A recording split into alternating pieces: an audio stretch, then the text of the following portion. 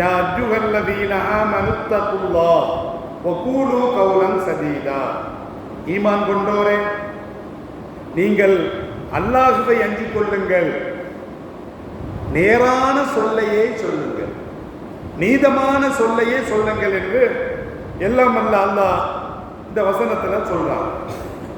அப்ப சதீதா, அதாவது சதீதா என்பதற்கு உண்மையை பேசுங்கள் என்று அர்த்தம் இருக்கிறது, அல்லது நியாயமாக பேசுங்கள் என்று அர்த்தம் இருக்கிறது.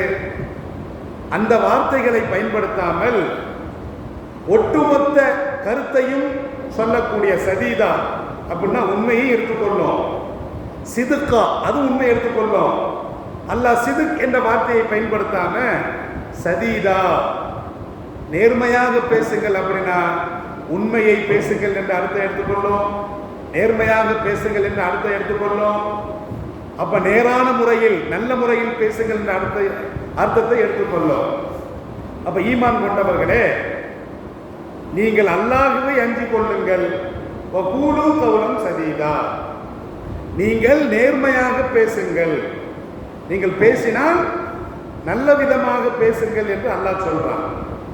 நல்ல கவனிச்சுக்கிடணும்.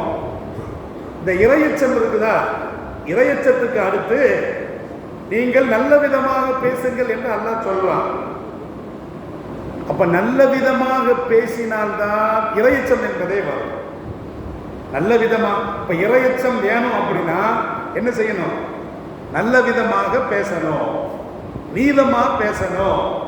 இன்னொரு வசனத்துல அல்லாஹ் சொல்றான், யா அய்யுஹல்லதீன ஆமனுத்தகுல்லாஹ் வகூனு மஅஸ்ஸாதிகீன். ஈமான் கொண்டோரே, நீங்கள் இறைவனை அஞ்சிக் கொள்ளுங்கள், வாய்மையாளர்களுடன் இருந்து கொள்ளுங்கள், உண்மையாளர்களுடன் இருந்து கொள்ளுங்கள் என்று அல்லாஹ் சொல்றான். அப்ப இறையச்சம் என்பது எப்போ வரும்?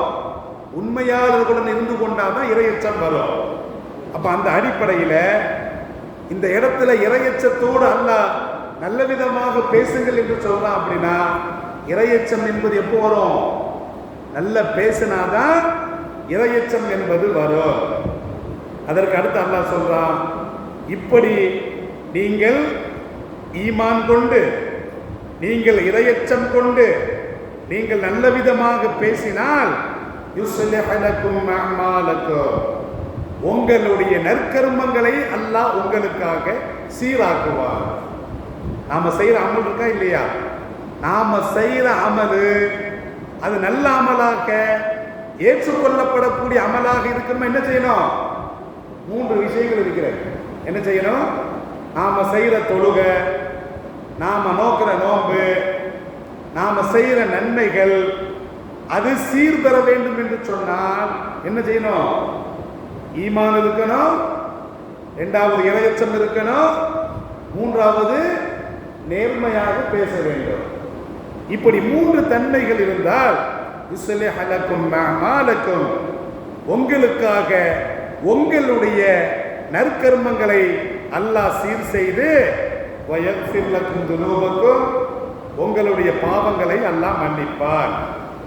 வமை யுதில்லாஹ வ ரசூலஹு, எவர் அல்லாஹ்விற்கும் அவனுடைய தூதருக்கும் கட்டுப்பட்டு நடக்கிறாரோ ஃபகத் ஃபாஸ ஃபௌஸன் அதீமா, அவர் மகத்தான வெற்றி பெற்று விட்டார். அவர் என்னது? மகத்தான வெற்றி பெற்று விட்டார். அப்ப இந்த இடத்துல பாருங்க, அப்போ இறையச்சம் வேணும்னா என்ன செய்யணும்? இறையச்சம், இந்த இறையச்சத்தை பத்தி எல்லாம் பேசுறானா, இறையச்சத்துக்கு பின்னால் நல்ல விதமாக பேசுங்க நல்லா சொல்றான். இறையச்சத்துக்கு முன்னால என்ன சொன்னான்? உங்களுடைய நபிக்கு நோவினை தராதீர்கள். அப்ப இறையச்சம் இருக்கணும்னா நல்லது பேசணும். ஒண்ணு இறையச்சம் வரணும்னா என்ன செய்யணும்? நபிக்கு நோவினை தரக்கூடாது. நபிக்கு என்ன செய்யக்கூடாது? நபிக்கு நோவினை தரக்கூடாது. அப்ப இந்த விஷயத்தை அல்லாஹ் அங்க குறிப்பிடுகிறான். அப்ப நபிக்கு நோவினை தந்தால் இறையச்சமே இருக்காது, நபிக்கு நோவினை தந்தால் ஈமானே இருக்காது. அப்ப இறையச்சம் வேண்டும் என்று சொன்னால், வெற்றி வேண்டும் என்று சொன்னால், அப்ப ஈமான் இருக்க வேண்டும், இறையச்சம் இருக்க வேண்டும். அப்போ நேர்மையாக பேச வேண்டும். நபிக்கு என்ன செய்யக்கூடாது? நபிக்கு நோவினை தரக்கூடாது, நபிக்கு கட்டுப்பட்டு நடக்க வேண்டும், அல்லாஹ்விற்கு கட்டுப்பட்டு நடக்க வேண்டும். இப்படி நடந்தால்தான், இப்படி நடப்பவர் மகத்தான வெற்றியை அவர் பெற்றுவிட்டார் என்று எல்லாம் வல்ல அல்லாஹ் இந்த வசனங்கள்ல குறிப்பிடுகிறான்.